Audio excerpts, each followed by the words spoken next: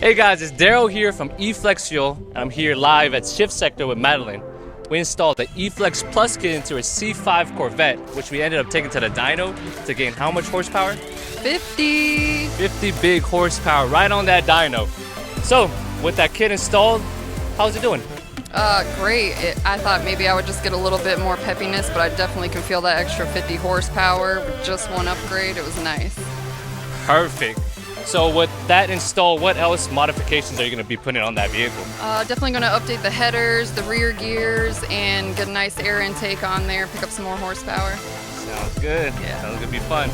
So with that kit installed and you've been running it for like about a year now, let's say, would you recommend it to your group or to your community or to your car? Oh, for sure. Yeah, I was definitely shocked by the gains that I got with it. Perfect. So you guys heard it here, 50 horsepower on the C5 Corvette. Check out the website eFlexFuel.com. You can order your kit there. Use the compatibility checker. Test out that car.